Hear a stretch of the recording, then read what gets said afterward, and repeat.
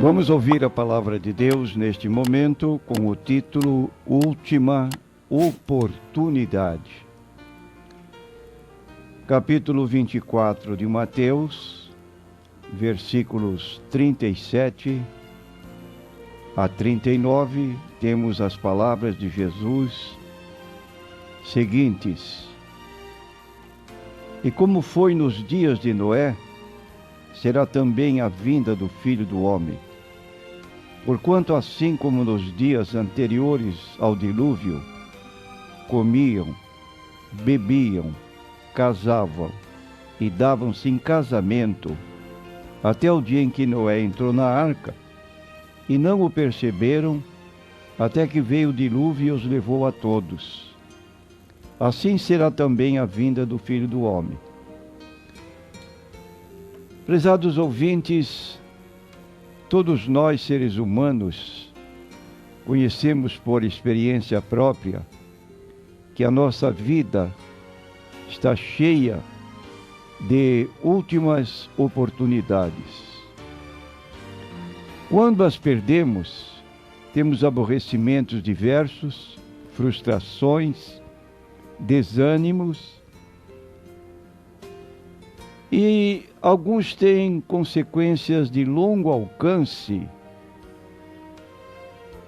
por ter perdido uma oportunidade. Por exemplo, nós temos ultimamente os alunos que fazem parte de exames periódicos, às vezes para uma grande oportunidade na vida, e chegam atrasados ao local onde serão realizadas as provas, encontram o portão fechado e começam a lamentar e pedir ajuda, alegando que o ônibus atrasou, que houve outro incidente, e por todos os meios querem convencer os responsáveis para abrir o portão e eles poderem entrar, e a resposta é negativa. E isso implica, às vezes, na perda de um ano inteiro de estudos. É uma lástima. Temos acompanhado, através de jornais, notícias como estas, em que os alunos que estudaram durante o ano inteiro, por questões de minutos, perderam a oportunidade de fazer a prova para entrar numa escola superior, com outros planos de vida, e terão que esperar mais um ano inteiro para fazer a prova, porque perderam por alguns minutos. Se perdemos o trem ou o ônibus, e só há um ônibus daquele dia, naquela linha, perderemos o recurso para aquele dia e todos os nossos planos vão por água abaixo. Mas também há oportunidades únicas. Você pensará, que significa essa expressão, oportunidades únicas? Oportunidades únicas são aquelas que não mais se repetem na vida. Foi uma vez só e não tem outra chance. E o exemplo da Bíblia que temos citado, nas palavras proféticas de Jesus, ele faz menção de um episódio histórico conhecido mundialmente, que foi o dilúvio que veio nos dias de Noé.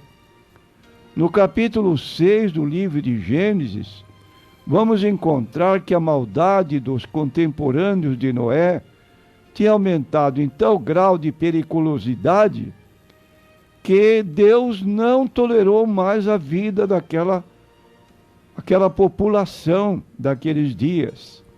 Entristeceu-se sobremodo por haver criado o homem, colocado o homem num jardim cujo nome era Éden, que significa jardim de delícias. Deu ao homem alimentação para comer de todos os frutos das árvores do jardim livremente, mas apenas ordenou um único tipo de árvore cujo fruto não poderia ser comido. Afinal de contas, o homem havia sido criado com autonomia, com livre-arbítrio, podia escolher obedecer a Deus ou desobedecê-lo. Até que ponto o amor de Adão e Eva eram para com Deus no sentido de obedecer uma única ordem que havia recebido? Ele não deu 10 mandamentos para o homem no Éden. A lei foi dada nos dias de Moisés. E ele tinha apenas obediência de um único mandamento, não comer daquele fruto. E Eva se aproximou, deixou que a serpente se aproximasse dela, e ali abriu-se uma conversação, um diálogo, que por fim levou a mulher a tomar do fruto, não só intencionalmente comê-lo, mas também dar ao seu marido. E ambos comeram. Quando então foram descobertos por Deus, cada qual apresentou sua razão, passando a culpa para terceiros. O homem disse que a mulher fora culpada da queda dele, e ela, por sua vez, disse que foi enganada pela serpente, e essas justificativas não foram aceitas por Deus, e o que Deus havia prometido, morrerás, eles não morreram fisicamente, morreram espiritualmente, mas geraram filhos na mesma natureza deles, agora caída, e com o passar dos dias, dos meses, dos anos, aquelas gerações se corromperam, chegaram a tal grau de periculosidade, como dissemos, que se matava por uma coisa de somenos. Por exemplo, há apenas o registro de um homem que chegou em casa e disse à sua mulher: hoje matei 2, um porque me pisou e o outro porque esbarrou em mim. Era sangue e mais sangue, mais ou menos como estamos vivendo hoje.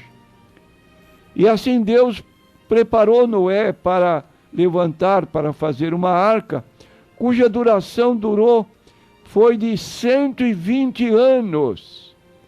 E Noé pregava e aconselhava o povo que se arrependesse e que entrassem no grande barco, na grande arca que ele estava construindo. E por mais que insistisse, diz a Bíblia que apenas os animais entraram na arca e a porta foi fechada. E os homens, então, quando viram o dilúvio começar a descer água sobre água, 40 dias seguidos, e eles quiseram socorro, mas não encontraram. Uma única oportunidade havia passado e todos morreram daquela forma trágica. E Jesus está repetindo aqui: como foi nos dias de Noé, assim será também a vinda do Filho do Homem. Não há uma preocupação por parte do povo brasileiro para se aproximar de Deus, para viver de acordo com a sua vontade. Nós estamos nos aproximando dos dias do Carnaval, e muito embora tivesse ocorrido um mês atrás uma trágica ocorrência nas cidades serranas do Rio de Janeiro, o povo já se esqueceu da tragédia e já estão preparados para mais um carnaval, porém Deus fica esquecido. E a Bíblia traz avisos solenes para nós. Hoje, se ouvirdes a sua voz, não endureçais os vossos corações. Deus está advertindo pela mensagem do Evangelho que não endureçamos os nossos corações, não levemos Deus em brincadeira, porque está escrito que de Deus ninguém zomba. O que o homem semear, isso também ceifará. Quem semeia na carne, da sua carne colherá a corrupção, mas quem semeia no Espírito, do Espírito ceifará a vida eterna. E encontramos o apóstolo Paulo na sua segunda carta aos Coríntios, capítulo 6, versículo 2, dizendo: eis aqui agora o tempo aceitável, eis aqui agora o dia da salvação. Então esta palavra é muito clara, eis aqui agora o tempo aceitável, eis aqui agora o dia da salvação. Não procrastines para o dia de amanhã, porque não sabes o que trará o dia.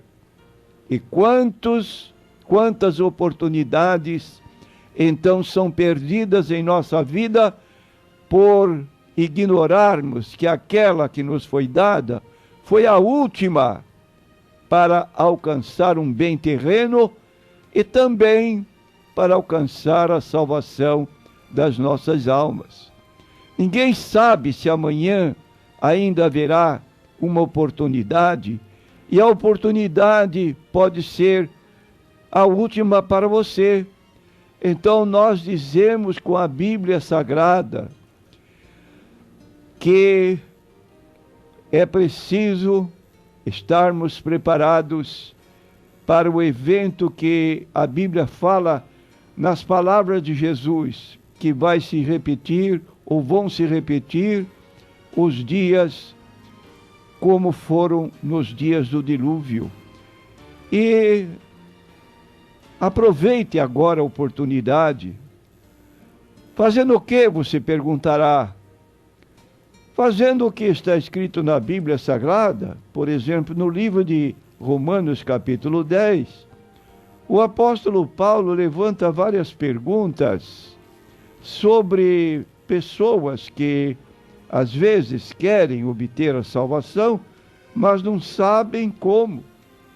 Então diz ele assim: porque todo aquele que invocar o nome do Senhor Jesus será salvo.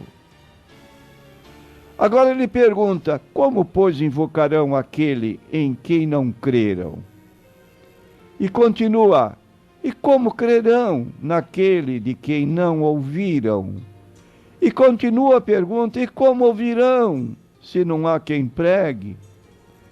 Então há uma série de obrigações que estão sobre os ombros daqueles que conhecem o Evangelho, de pregar, mesmo que não sejam aceitos, porque a pessoa não pode crer se não ouvir.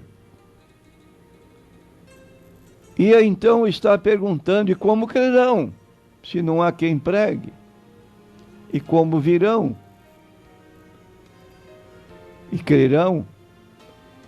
Então aqui está a recomendação da palavra de Deus.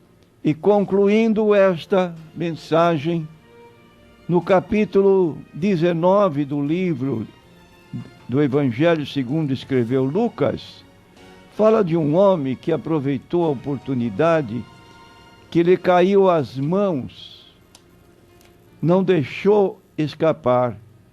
Está no livro de Lucas, capítulo 19, um relato bíblico que você conhece.